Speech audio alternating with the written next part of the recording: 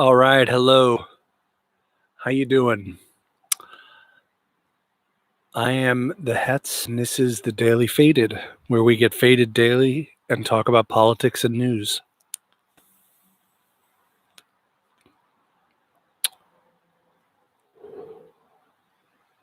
I would really like to get stoned with you tonight because today was batshit crazy, and it was so batshit crazy that the only reasonable response is to smoke or drink something.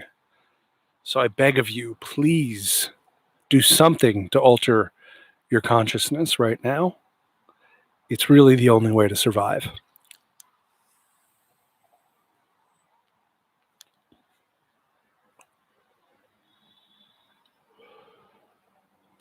As of just a few minutes ago, I just looked.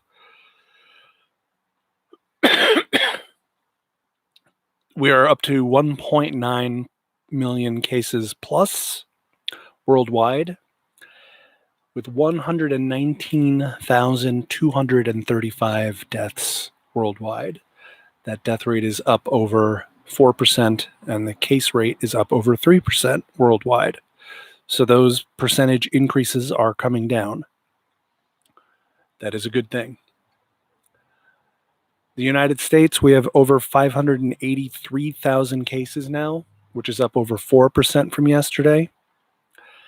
And we have 23,462 deaths, which is up over 6% from yesterday. In California, where I'm streaming from, we have 23,428 cases, which is up just over 1%, and 682 deaths, which is up just over 1%. And I think it's worth always mentioning that these are not numbers, these are lives, these are families that are devastated. These are people who, even if they were on the older side, they should not have died yet. This wasn't their time, and this didn't need to happen. There was a great meme that I saw today that we're living in two Stephen King novels at the same time. We're living in a cross between The Dead Zone and The Stand. That struck me as extremely appropriate.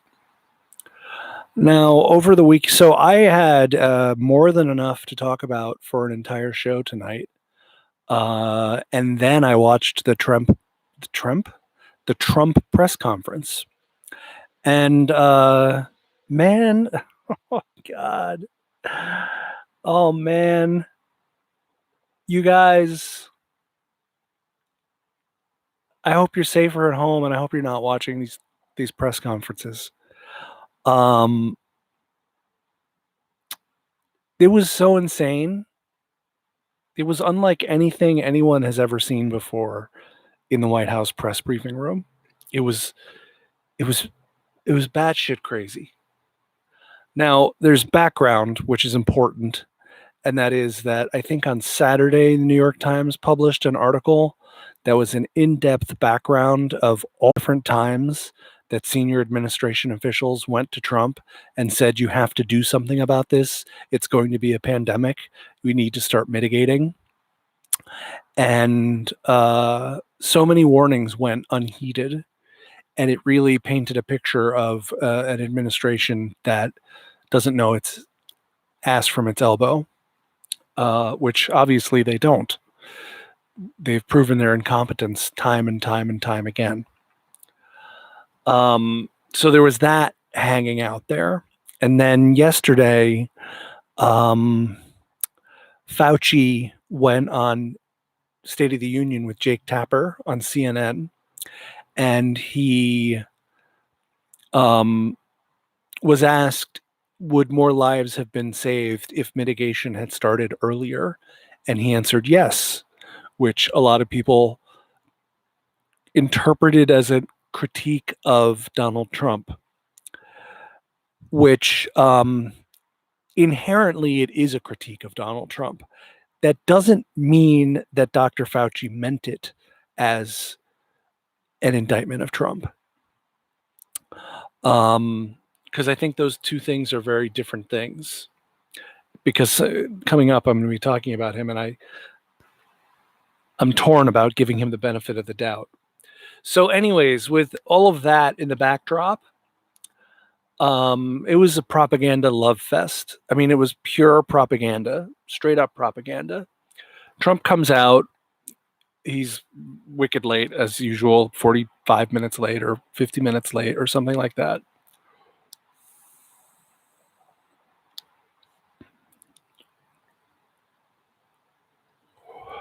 You guys, Trump comes out and he's like doing a victory dance in the end zone, talking about how great it is that the curve is flattening and we're winning and it's almost over and what a great job his administration has done and what an amazing weekend it was. And then said Dr. Fauci would like to say something. It was completely jarring and completely strange. And Fauci goes up and he says, I just wanted to say, well, basically, he was begging for mercy.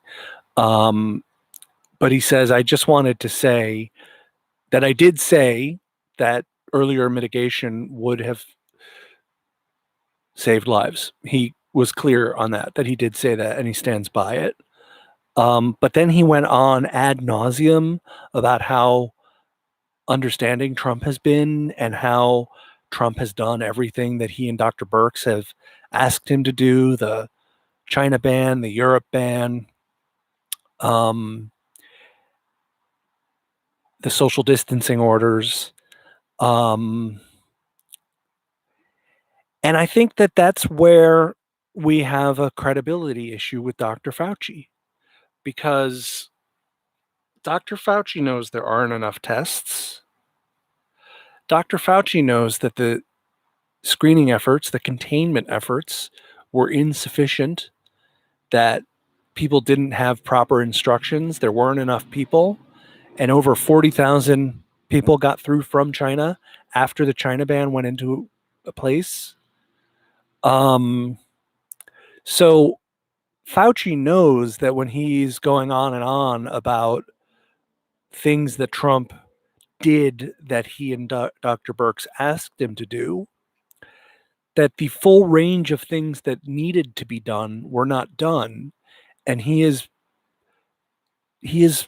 fundamentally papering that over. And I think that really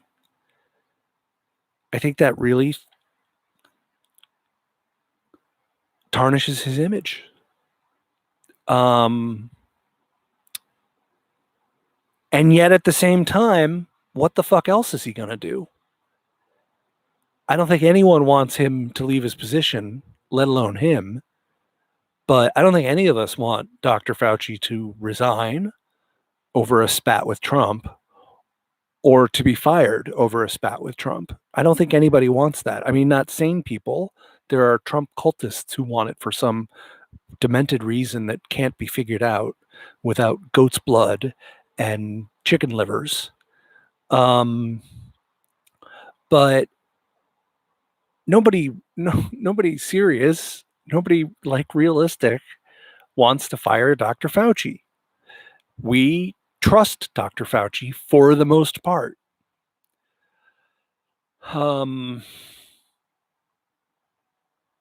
He is that guy, that right guy in the wrong place, trying to do the best he can. I believe that of him. You know, in part, I believe it of him because this is a slight aside from the Trump press briefing, but Peter Navarro, who sent the infamous memo on January 29th, warning of 500,000 dead and trillions in economic losses as a result of the pandemic. Peter Navarro was interviewed on 60 Minutes on Sunday night. And in the interview, he said, nobody thought of it before. He said, you know, I dare you to go back and look at your old shows. You never did a show about pandemics. And then they cut to 3 segments that they had done about possible pandemics in America. And in one of them, but it's 2005, you know, So that video, that's one of those videos I would play right now if I actually knew what I was doing. Uh, one of these days, I'm going to get up and running on OBS and maybe be able to run a video or two.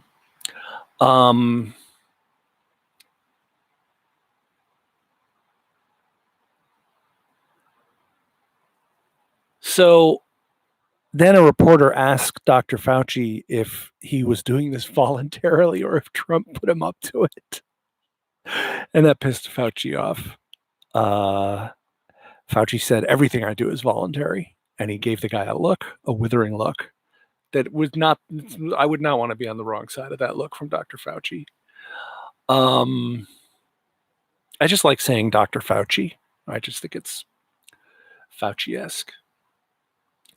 So then Trump comes back to the podium and he starts listing off the dates of everything that he did. And rewriting history completely to make it look like he was early and that everyone was criticizing him for being too early on the steps that he took. I mean, I follow the news pretty closely. I don't remember a single person criticizing Trump for closing shit down too early. Not me, man. Not me. I was worried about it on February 2nd. February 2nd, I was worried about this.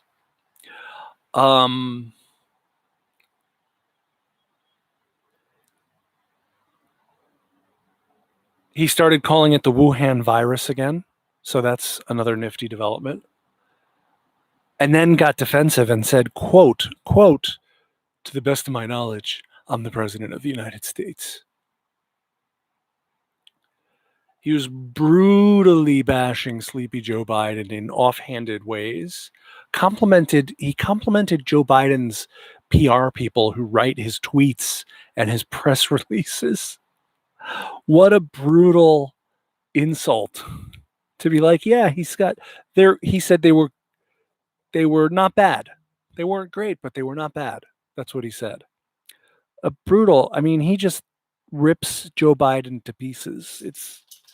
I'm very nervous about 2020. Because I don't like Joe Biden, but I do want Donald Trump to lose. I want to hate on Joe Biden instead of hating on Donald Trump. I don't want to hate on anybody. I just want people to do the right thing. Is that too much to ask? Really? Can't we all just get along?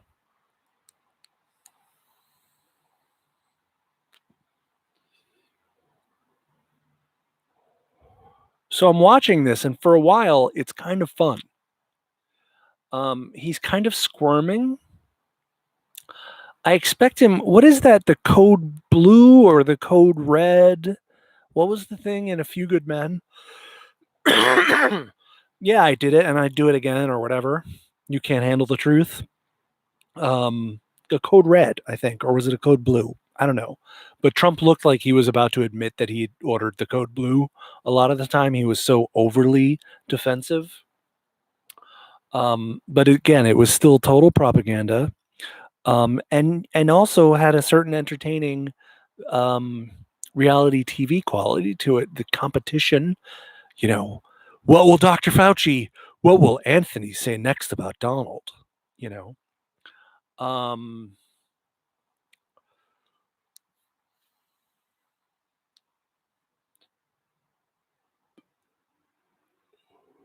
Something about Nancy Pelosi and a Chinatown parade, some big parade in Chinatown that he went on and on about. I guess like I was doing all this stuff and Nancy Pelosi was going to a parade in Chinatown. It was just weird. Oh, guys, it was so weird. The press conference was so weird today. I'm so happy I watched it because it was so weird. I had trouble, like it was long and tiresome, but at the same time, it was a car crash. I couldn't look away. So then, after all this rambling, incoherent babble, they start playing a video on the two screens next to the podium. I'm sure you've heard about this by now. And I swear to God, it's a campaign video. It's totally a campaign video. All of this stuff like, I, Donald Trump, am closing the border with China, and quotes and music. It was scored. It was professionally done. So later on, I think everyone was just stunned. I think everyone was just like, no idea how to respond to that. No idea what the fuck is this? I was watching it on David Pakman's stream, and he was beside himself. And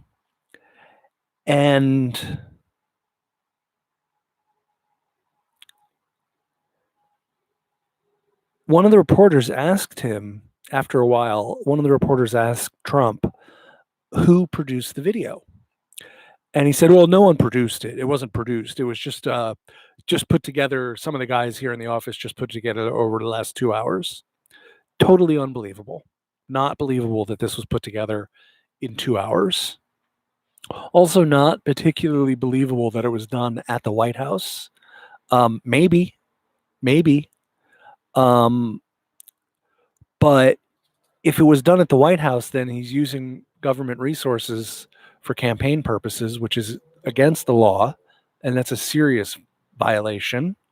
Or he's brought something that was produced by his campaign in and played it at the White House, which is what it looks like to me. It's, Occam's razor would suggest that someone came in and showed him this video, this campaign video from the RNC, and he loved it. And he said, let's show it at the press conference today. And nobody said no to him. I'm sure that's what happened. I'm sure.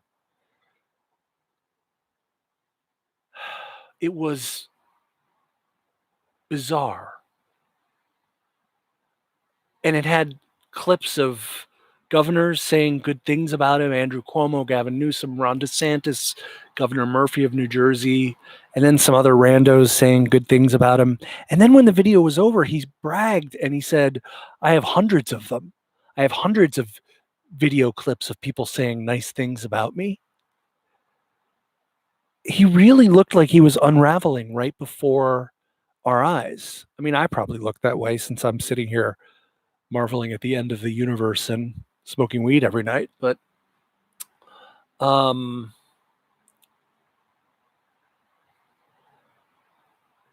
there were some questions about Anthony Fauci. He said he's not going to fire him. He said his retweet, I don't think I mentioned the retweet earlier.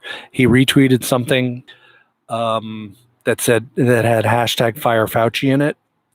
And he just brushed that off like it didn't mean anything. The tweet was meaningless. And then after having talked about how he was lauded by all the governors, he started blaming the governors for things. When he got asked about testing, he blamed the governors. Then a reporter asked him if he agreed with Dr. Fauci that earlier mitigation would have saved lives. And I think his head almost blew up. I really do. I'm so happy that he was asked that question. And he couldn't answer it. He just went on a rant and started listing off all the things he had listed off before about when he did the China ban and when he did the Europe ban. It's the same. He's got these couple of things that he did that he's pointing to and pretending that all of the other problems are not problems. If they are problems, they're problems for the states that the states should have worked out. He said, we don't supply ventilators to the states, but we're going to have a stockpile of 112,000 ventilators by the end of the year. Well, if that's true, that would be something good, although, it does look like maybe we're not going to have a big ventilator issue. I don't know. The problem is that we don't know how long the curve will stay flat. So the victory dance that Trump was doing at the beginning of this press conference is ridiculous because the curve could stay flat for 2 weeks. And if it stays flat for 2 weeks and the hospitalizations continue, we could still go over the hospital capacity in a lot of places in this country. Andrew Cuomo today said, yes, they are managing to find hospital capacity. No, the Javits Center is not full. But he said they only had a week. He said they only had a week.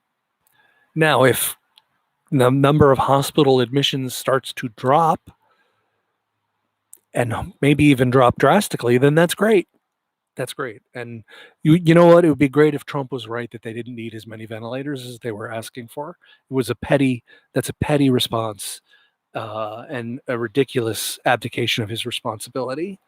But he dropped the 2.2 million dead line again, as I predicted he would. I like to point that out. He asked if he agreed. Oh, I will say this: the reporters went after him today, and he went after the reporters. It was a food fight. It was a real food fight. They kept trying to find different ways to corner him, and he kept getting more and more frustrated. Um, he blamed the New York Times. He blamed the entire White House media pool. Um, they kept asking him, what did he do in February? He says, well, he did shut down travel with China in January. What did you do to prepare during the month of February? What did you do to prepare for the pandemic? A lot, he says. A lot. He can't answer the question.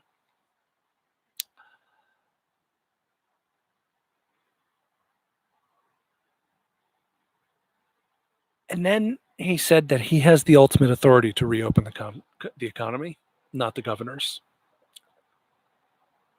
The reporter says to him, sir, you don't have absolute authority. Who told you you have absolute authority? And he just wouldn't answer. And then another reporter said, all of your rights are enumerated in the Constitution, and the 10th Amendment specifically states that all other legal rights not enumerated in the Constitution fall to the states. That's the Constitution. And when they posed the question that way, Trump squirmed and fidgeted and non-answered. So then after all that, he starts a real press conference.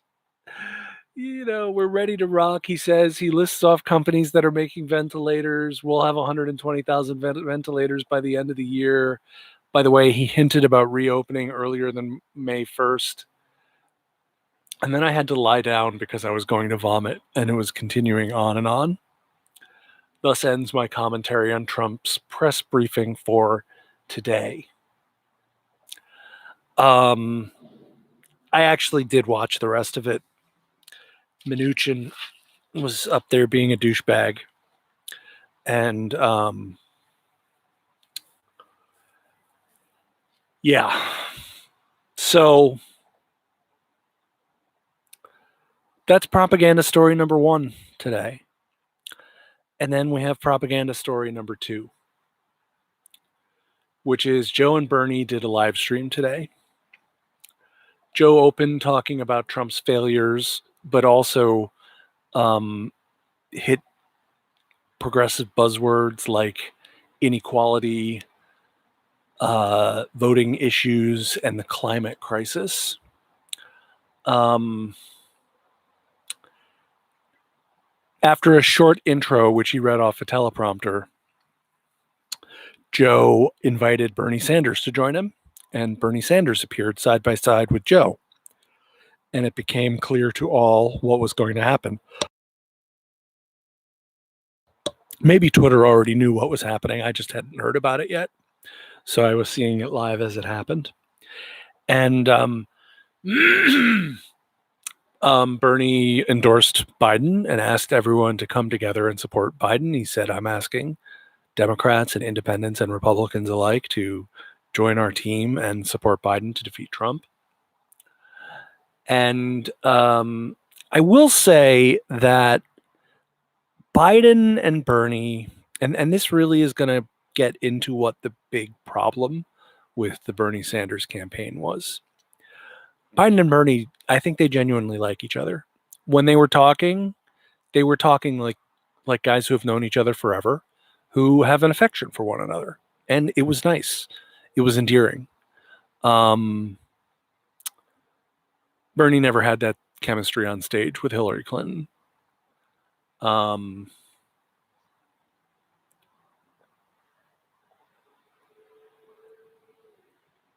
Joe managed to seem very sincere when listening to Bernie talk about issues. He went out of his way to praise Bernie, and Joe Biden was even coherent for the first 20 minutes or so. Um, the good news is, yeah, Joe was really going out of his way to praise Bernie. I mean, it was such kiss assery; it's not even funny. Um, and what they're trying to do is so obvious, and not that they shouldn't be trying to do it; they absolutely should. But but I think they failed, and I'll get to that in a minute. Um, there was only one policy proposal that they discussed. Like they talked about, well, we need to get everyone healthcare. Yeah, we need to get everyone healthcare. We need to tackle the climate crisis. Yeah, we need to tackle the climate crisis. And they act as if they wanted to do these things equally and with equal urgency. And that doesn't feel authentic to me. Um, but they did agree on $15 an hour, which of course the House has already passed a $15 an hour bill, which I think is a bill that everyone should vote yes on. And I don't think it's the right bill because it has people earning $15 an hour in 2025. And I think by 2025, you know, they're going to need $25 an hour. I really do. I really do. Um, at least $20 an hour. I think it should be $20 an hour right now. Because people always talk about, oh, $15 an hour, a living wage. What about a dignified wage? Why don't we talk about a dignified wage? You know, I don't know anyone whose time is worth less than $25 an hour. Frankly, I don't know anyone whose time is worth less than thousands of dollars an hour. So I definitely don't know anyone whose time is worth less than $25 an hour. So I just don't think there should be any, and especially difficult labor. You should get paid more if you have to work a shitty job like being in an Amazon warehouse. Um, they agreed on strengthening unions, but again, they didn't go on any specifics. They didn't talk about repealing the Taft-Hartley Act or anything that would actually help build labor unions up again. Um, Biden agreed with Bernie's complaints about the phase 3 coronavirus bill, and Bernie nodded along. And basically, they were talking about the $4.23 trillion going out to big business and Wall Street. And, they didn't, again, that's kind of a gaslighting because the bill was not good enough for working people's needs. And, um, it just wasn't. A lot of people fell through the cracks. College students who didn't file taxes last year don't get any relief money. Why not? Why shouldn't they get $2,000? Why shouldn't they get $2,000 a month until this works out and they can get back to work? They can get a job someplace. Biden did notably say that for the first time, there is no going back and we need to imagine a new future for America. I did a video a couple of weeks ago saying that that was the case. So it was good to hear Biden acknowledge that. I mean, I think a lot of people on the left um, have been talking about that. So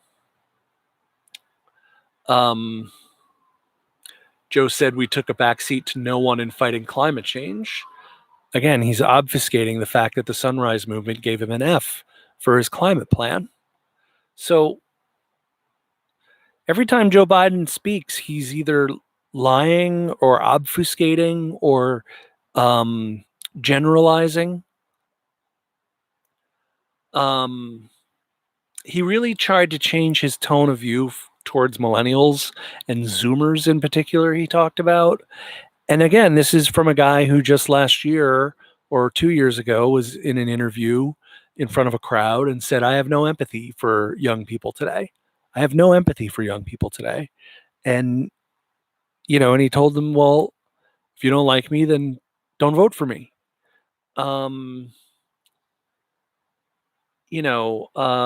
Bernie said free college education has to happen for young people today. Biden said his new plan that he's moved to, which is cancel $10,000 of public university or college debt or HBCU debt right now to help in the crisis, which is just weird. Why would you give that relief just to people with? There are plenty of people suffering under private university debt. The debt doesn't care whether it was accrued at a private university or public university. He said community college should be free for all, which Obama said, but nobody's actually done it yet. Like, what the fuck? We can't even get community college? Are you kidding me? Oh my God. Oh my God. Seriously, we can't even get community college paid for by the federal government. Can you wrap your head around that? That's how that's such a no-brainer. I gotta build a studio in my backyard because sitting like this hurts my back.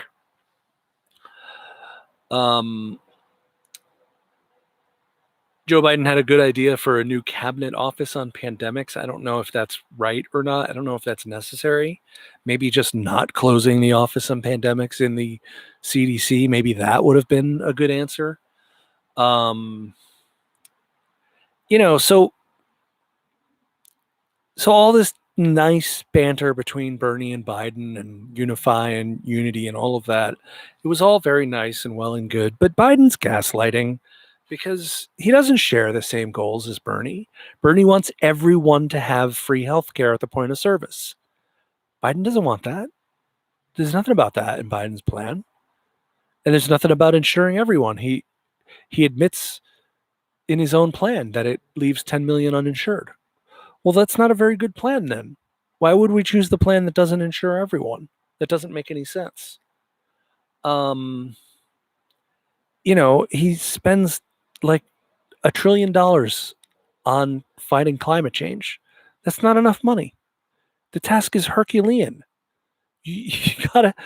Bernie's saying he would spend $16 trillion on it is still a lowball estimate as far as I'm concerned. And if there's one thing we've seen in the last month, it's that we can spend a lot of money when we decide we want to, when we recognize something's an emergency. And I did a video on this earlier today. The climate crisis, the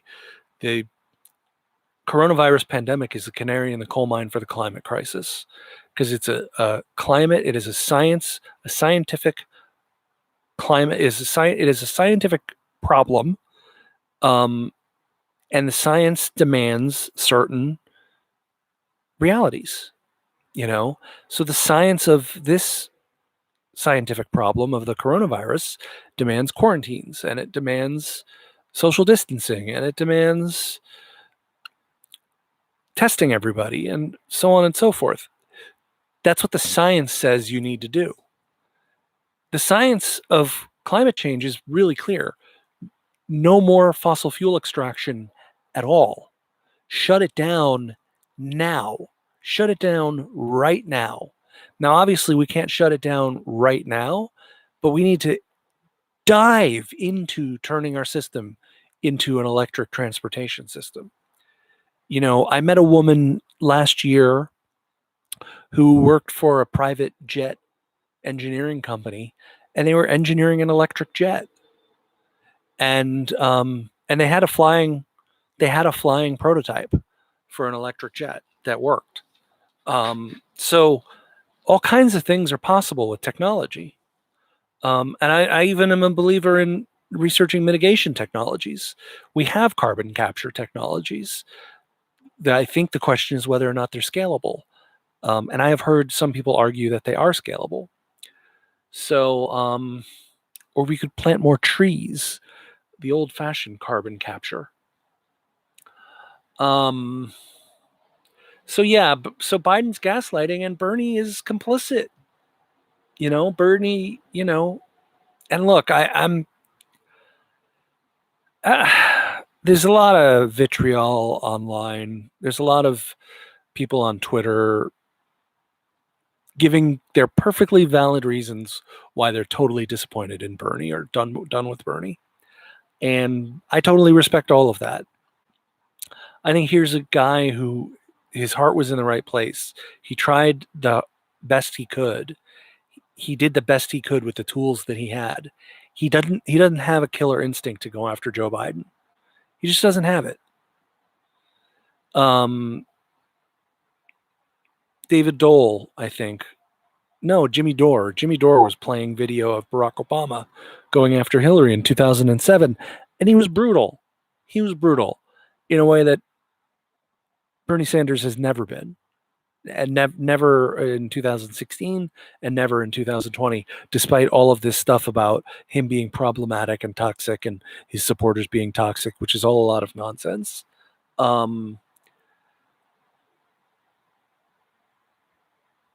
Biden says that with Bernie's help, his administration will go down in history as the most progressive since FDR.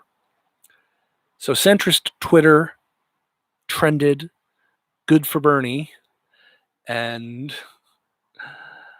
his supporters, centrist Twitter trended good for Bernie and had lots of nice things to say about Bernie after this joint live stream.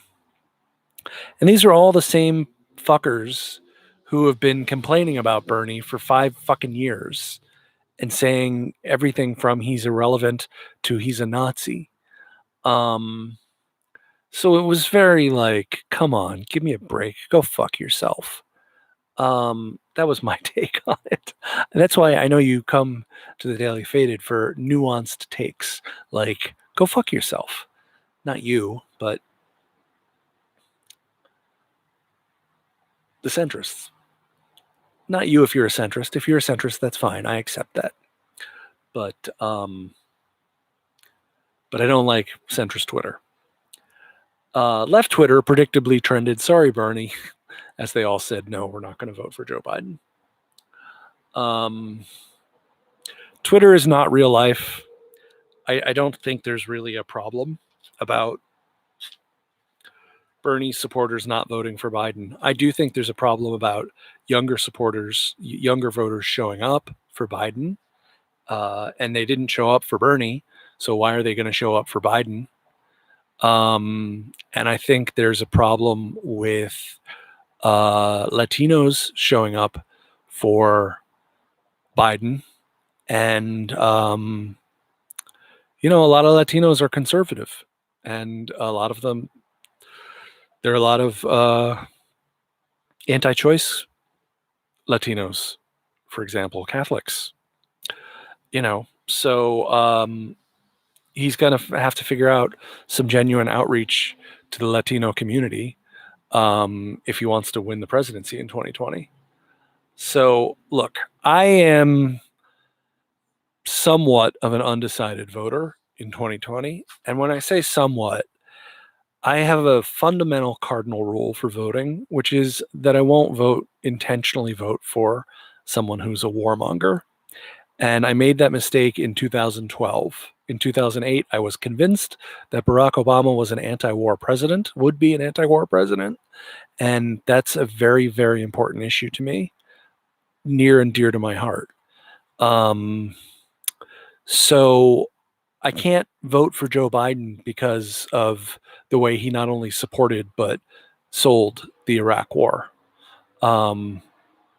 for the fact that he gave George Bush some sort of honorary Medal of Freedom. I'm not down with that. That said, the coronavirus thing has changed everything. Democrats are not great with science either. I'll go into that some other time. But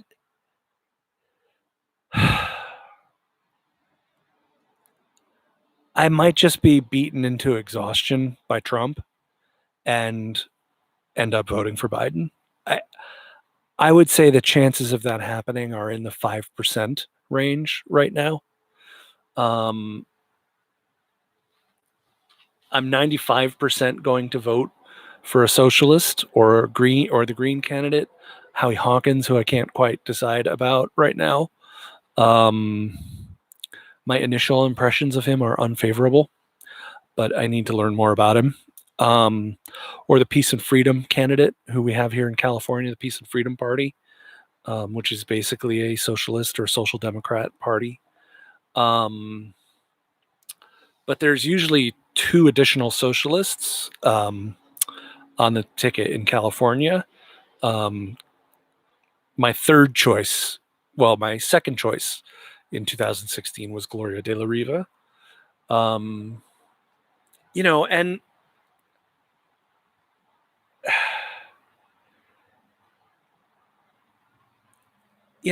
I don't trust a thing that Joe Biden says. So these meager attempts to win over the left they're not useful. I don't think they're going to do anything. I think they have zero effect. The fact that he's going to have committees working together with Bernie's policy people, that's a good thing. Maybe something good will come of that. Look, if Biden came out in favor of Medicare for all, if he came out in favor of Medicare for all and a Green New Deal, but wasn't making any promises about bringing troops home, I would probably vote for him. And I might do it if he really embraced one of those things. And I mean embraced it. I mean was on the trail with Bernie every day talking about how great Medicare for all is going to be, and Nancy Pelosi is talking about it, and Chuck Schumer is talking about it, and everybody's talking about it, and we're doing it. That's what I need to see. Frankly, if I saw that on either the Green New Deal or Medicare for all, I would be inclined to vote for Biden. It wouldn't even take that much, because the Trump thing is so disturbing. And maybe I have Trump derangement syndrome. People on the left and the right like to accuse people of that. But I think it's really important. I'm almost done here. I'll let you go in a minute. But this was all propaganda. Just like Trump's press briefing was all propaganda, this live stream with Biden and Bernie was all propaganda.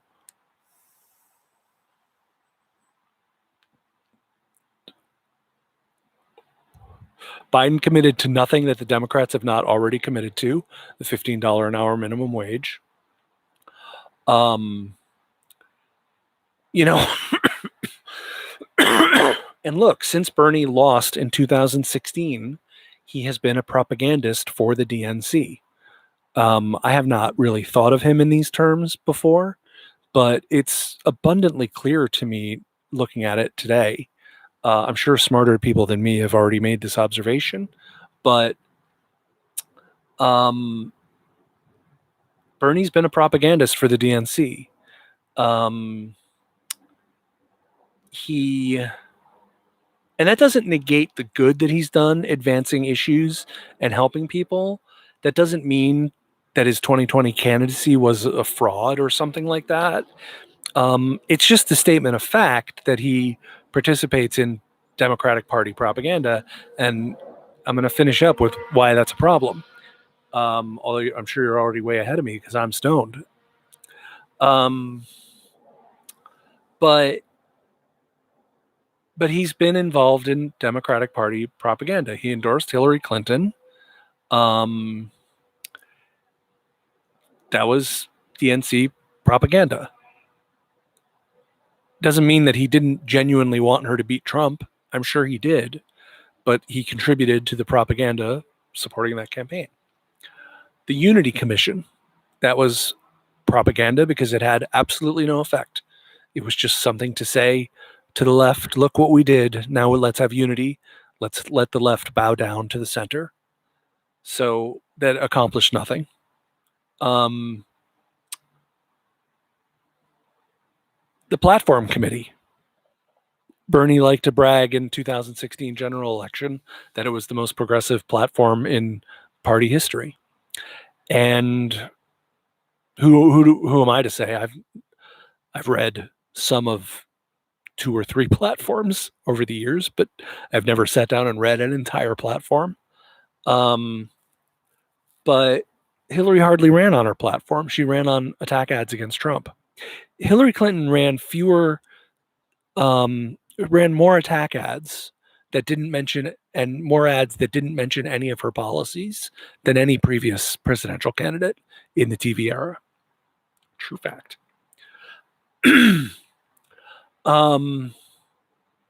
Look, he went on a unity tour with Tom Perez, which was just stupid. All people wanted was to see Bernie. They didn't want to see Tom Perez. And it didn't make anyone feel unified with Tom Perez, who would later go on to excise all of the Bernie appointees out of the DNC that he possibly could, and stack the committees with Hillary Clinton and Barack Obama loyalists. Again, these are facts. You can Google it. It's not news. Saying that he would support the nominee no matter what was also propaganda. That was a talking point that the DNC was insisting on. And in order to be treated like complete shit with utter contempt, he had to. Would it have been worse if he hadn't said he was going to support the eventual Democratic nominee? That's what Trump did. That's how Trump ripped apart his competition. He said, no, I'm not going to guarantee anything. We'll see what happens.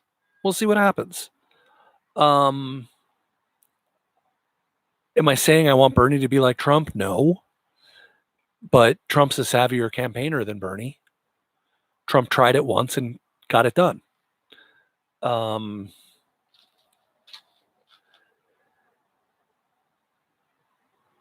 again, I don't, unfortunately, the ways in which he got it done are disgusting. When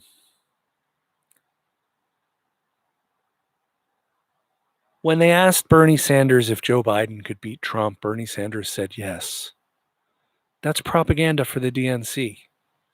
So anybody who wants to complain about Bernie Sanders not being a Democrat needs to look at his very consistent record, of voting with the Democrats and working with the Democrats, and a fair amount of bipartisanship as well. Caucusing with the Democrats for 30 years and engaging in Democratic propaganda for the last 4 years at least.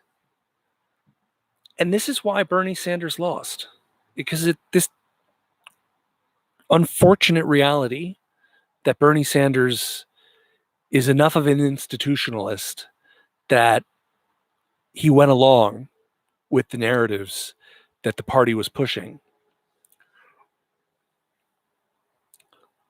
But he was also trying to defeat the Democratic establishment. Well, the propaganda is a tool of the Democratic establishment. If you engage in the propaganda that is a tool of the establishment that you claim to be fighting, then you're engaging in propaganda that is propping up the establishment you claim to be fighting. You can't do both. To tell you the truth, I've been really waiting to comment on why Bernie lost until it made sense to me. And I heard a lot of different theories from a lot of different people. And I'm always inclined to go propaganda, because I do believe we're the most propagandized society in the history of the human species.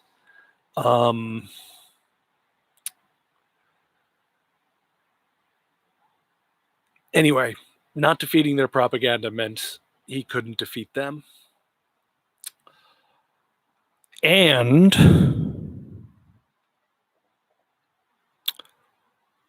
teaser for tomorrow night, the story I talked about on Saturday about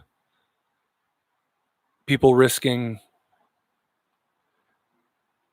indigenous tribes in the Amazon with the coronavirus has an update. And I'm going to give you that update tomorrow night. Thank you guys so much for watching. Thank you for watching and sticking there for the whole time. I really appreciate it. I love getting together with you every night. I'm looking forward to getting more people involved. And if you're watching this for the first time, please hit subscribe and please like the video. Every little bit helps.